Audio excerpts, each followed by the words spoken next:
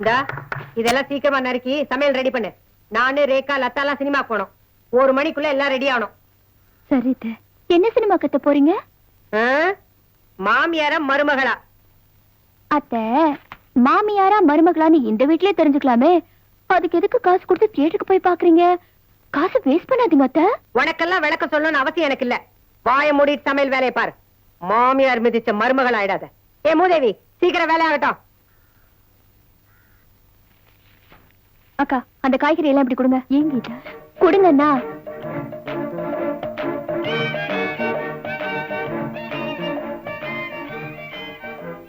அத்தை, இந்த காய்கறி எல்லாம் நீங்களே நறுக்குங்க. இதெல்லாம் நான் சாந்தி கிட்ட தானே கொடுத்துட்டு வந்தேன். எதுக்கு என்ன நறுக்க சொல்ற? இல்ல அத்தை, நாள் முழுக்க நீங்க வாய்க்கு மட்டும்தான் வேலை தரீங்க, உடம்புக்கு வேலை தர்றதே இல்ல.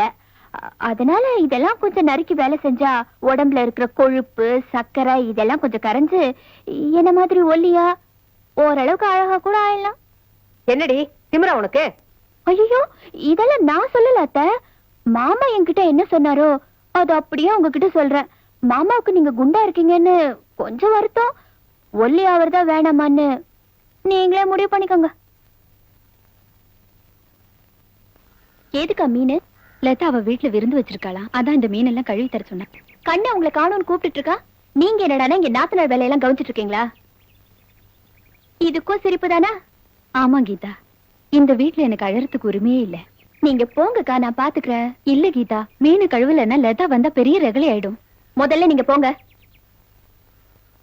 போங்கன்னா சும்மா அவ வரட்டும், நான் பாத்துக்கிறேன்.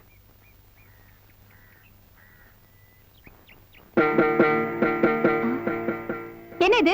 மீன் எல்லாம் கழுவாம அப்படியே இருக்கு. எங்க அவ? யாரு? எல்லாருக்கும் பேருன்னு ஒண்ணு இருக்குல்ல, மரியாதையா பேரை சொல்லி கேளு. அதான் அந்த சாந்தி. அவங்க இங்க இல்ல. அவங்கள நீ இப்ப பாக்க முடியாது. நீ யார் என்ன தடுக்க? காலங்கத்தால என்ன இங்க கலாட்டா? பாருமா, மீனை கழுவ சொல்லி சாந்தி கிட்ட கொடுத்தேன். அவ கழுவாம அப்படியே போட்டு போயிட்டா. அவளை பாக்க போலான்னு சொன்னா இவ கூடாதுன்னு எங்கிட்ட சண்டை போடுறா. நான் ஒண்ணும் சண்டை எல்லாம் போடல. இங்க பாருங்க அத்தை, இந்த வீட்டு வேலை எதுவா இருந்தாலும் நாங்க செய்யறோம். ஆனா இந்த அடுத்த வீட்டுக்காரங்க வேலையெல்லாம் எங்களால செய்ய முடியாது. செஞ்சா என்ன, குறைஞ்சா போயிடுவ. லத்தாவுக்கு மீன் கழுவ தெரியாது, கொஞ்சம் கழுவி கொடு. இந்த காக்கா குருவி கதையெல்லாம் என்கிட்ட வேணாம். இத பாருங்க, உங்க பொண்ணுக்கு மத்தவங்க மேல எரிஞ்சு விழ கத்து கொடுத்திருக்கீங்கல்ல, இப்ப மீன் கழுவவும் கத்து கொடுங்க. அம்மா அம்மா அம்மாடி. கேண்டி சக்காளத்தி முனவுற ராத்திரில அதிகமா சாப்பிடாதேன்னு சொன்னா கேக்குறியா?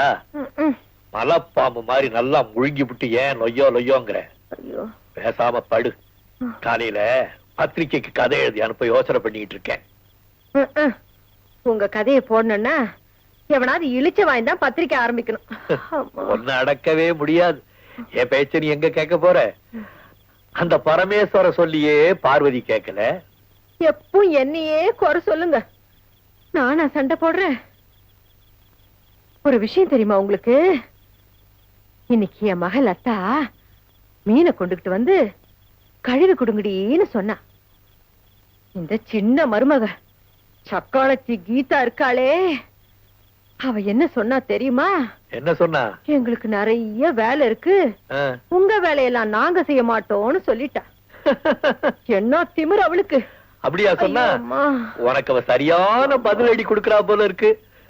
பதிலடியா குடுக்கறா? நான் திருப்பி கொடுக்க போறேன் பாருங்க.